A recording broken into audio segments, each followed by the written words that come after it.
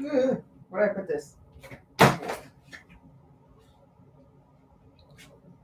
Hello, I'm doing first time ever dual YouTube Live and Instagram Live. Let's celebrate. I'm just kidding. So yeah, so this is gonna be on my IG. I have this down as super nerdy stuff. My YouTube, I have this life situation revelations. But either way, I am working on a very important bridal piece that I've been working with the bride, and finally, it's been coming into actual existence within the past month and a half. I think whenever our first fitting was with the mock-up was.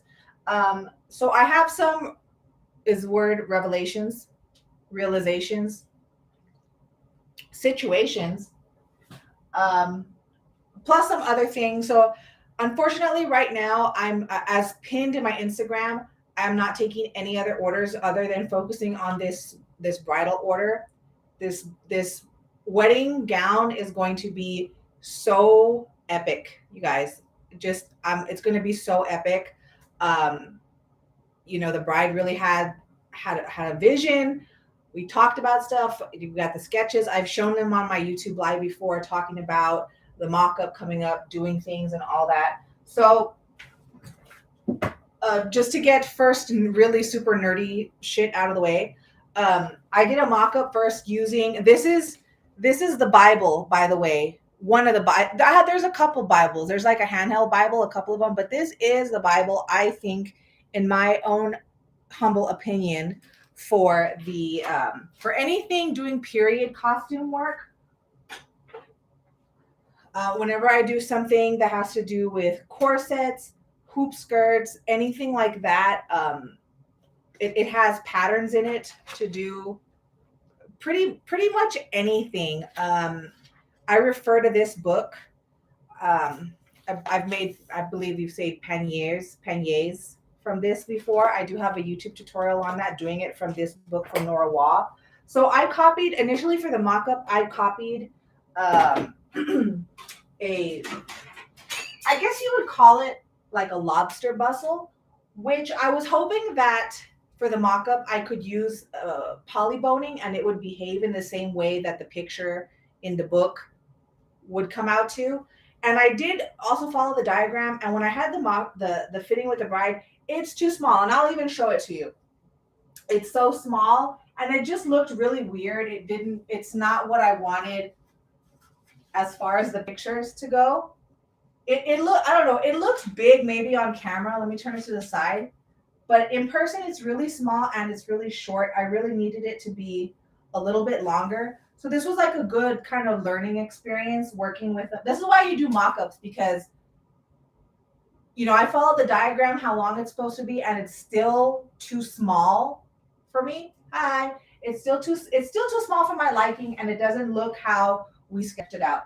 So this was the mock-up. I mean, I don't know if it technically would work. The boning is it's too soft. I need something that's more rigid. So should have done this the first time. Maybe I would have had the cage ready during the mock-up, but it's okay. It's going to come together really quick.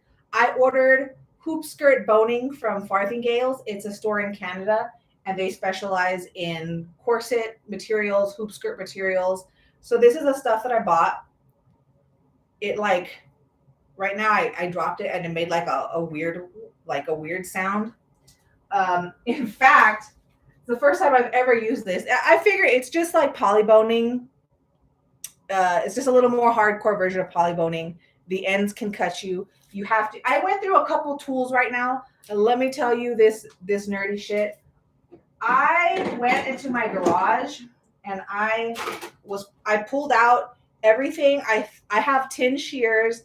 I have this. I can't. The name escapes me. Where's the other one? Oh yeah, like these, and none of these would cut it until I finally got to this one, and it cut it like paper. So we know which tool we gotta use now, right? Um, Also, it came in this box and it said, "Do not cut ties," and I was like, "Why? Is something bad gonna happen?" Yes, something very bad could have potentially happened. So it did have some wrappings and masking tape, as you can see this green masking tape here. So I took one out and it damn near poked my freaking eye out. So yeah, if you order hoop steel from Farthingales and it comes with a note that says do not cut ties, listen to them. They know why they're saying that. So let me see, give you another flingy action. Oh God. Yeah, right now an initial one almost took my eye out. Swear to God. So I'm gonna leave that there. With this hoop skirt though, like when you cut it, it does end up being it is sharp at the end. So you can buy, they have these things called end caps that they sell. But I was like, that's fine. I do have a file. You can file the end, and then you can also, if you have plastic dip, you can dip the ends in plastic dip just to keep it from ripping through your channels that you're going to make right now. Or I've even seen some people online do it with once you smooth out the edges, of course you want to round them out with duct tape. But I'm going to try and avoid that with the duct tape. I'm going to go buy plastic dip either tomorrow. Well, it has to be tomorrow because Monday I think I work. Which, let me get to the next part about work and why I'm not accepting any other things right now besides this bridal order. So yeah, let me just talk a little bit more about this hoop skirt. So I'm gonna make it, obviously, if you saw the little lobster bustle I'm wearing right now, has to be a lot bigger than this, and it's just got to be bigger. And I've got it down now that I know from how the diagram comes out in this Corset and Crinoline's book, how big it actually is from that diagram, then I know how much bigger that I need to make my pattern now. So, so let me kind of just take a short break to talk about what's going on here. I'm working so much right now, you guys. I almost took a gig tonight to do like some production assistant work to drive somebody, but they did end up calling me. But like I was ready to work. I packed like a little, what do you call it? Like a little cooler with ice and stuff for the person I was supposed to pick up. Like just be ready to go. I just got off another Blue Origin launch that they had on Thursday. I go back out again the 22nd through the 24th to New Mexico to do some stuff. So I'm full on like in production right now. It's mostly production assistant work. The last gig I did in White Sands had to do with the wardrobe, which is what I would love to do all the time. But right now, all the full-time work seems to be coming as a production assistant, which is totally fine. I think even this next week, I go back on this car flipping show that they're working on in town. They're about to finish up. So I think I'm just going to assist in the cleanup. But I think they have like maybe one more week of filming, maybe even two. So yeah, I've come to like a realization. I don't think I can sew as much as I would want to, used to. I started off sewing. I really wanted to be like a fashion designer and have my own, which I still do. Don't get me wrong. When I have actual time, I will make original shit and I list it on my Etsy.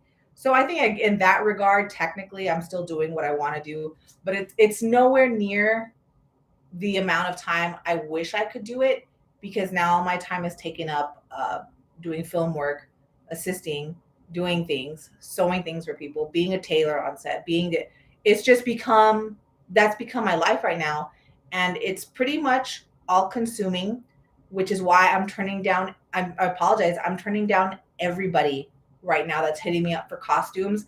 All the Selena costume requests are coming in, and ladies, I have to turn all of you down. I'm terribly sorry, but my priority right now is this wedding dress, and then just making sure I have availability to go work out of town when they call me to go do work. As you probably know or don't know, being a freelancer, like an independent contractor, a gig worker, you don't know when the phone's going to ring. Sometimes it's always ringing and you have to turn down work because you're so swamped. and other times you don't get called for weeks, maybe months. So whenever a job opportunity comes up, I do have to take it. So that's just my life right now. I wish I could sew more. I wish I could take all the requests right now for Halloween costumes, but I can't because I don't want to make promises that I can't keep. And yeah, dude, I can't. It's so crazy. So let me show you this real quick. This is pretty cool. Um, you cannot buy these. You cannot buy these at all. My coworker got thirsty the other day while we were in Bezos land, and they handed him a water bottle that you cannot buy. They only make it for Blue Origin people. And yeah, you can't buy this. You got to get this while you're working on set.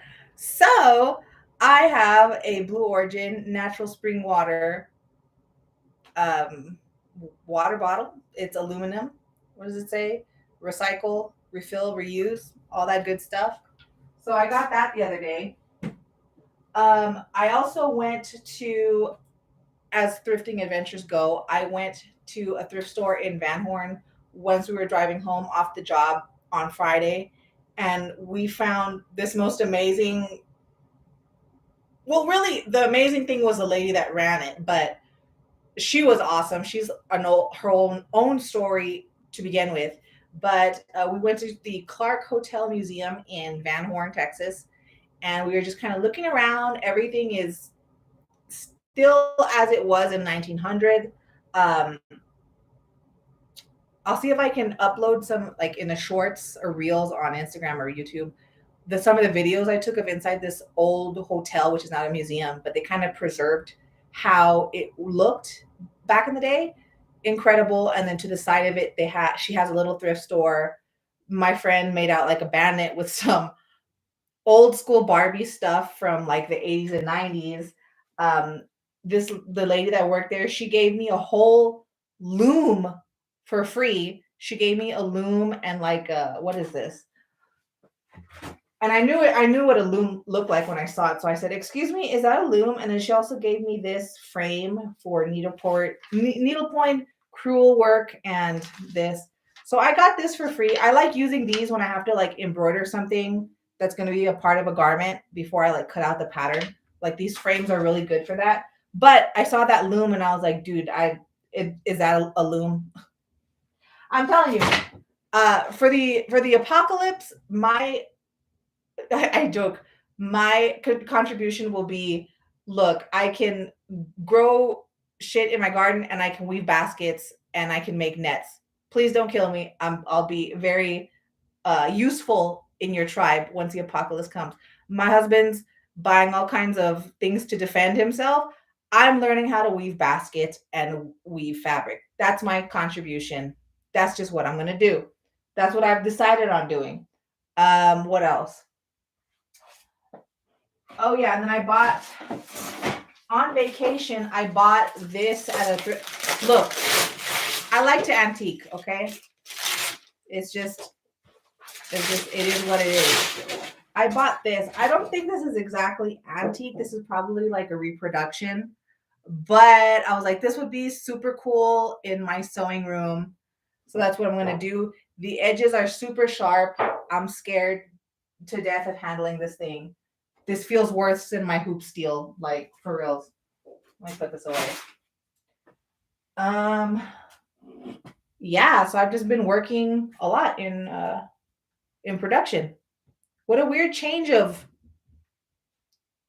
path that it has taken. I don't know. It's super weird, but I'm gonna be working on this hoop skirt tonight. Like I said, I'm sorry. It's just stuff has changed for me. I'm just working so much in the film industry now. But I'll never stop sewing. I just wanted to come on here and show you some nerdy stuff that I'm doing. So I'm gonna be working on this, and oh, I have to sneeze. Like, yeah, you handle antiques, it's got a lot of dust. I want to sneeze now. So yeah, thank you for watching my live. Hope everybody's having a good weekend. Bye.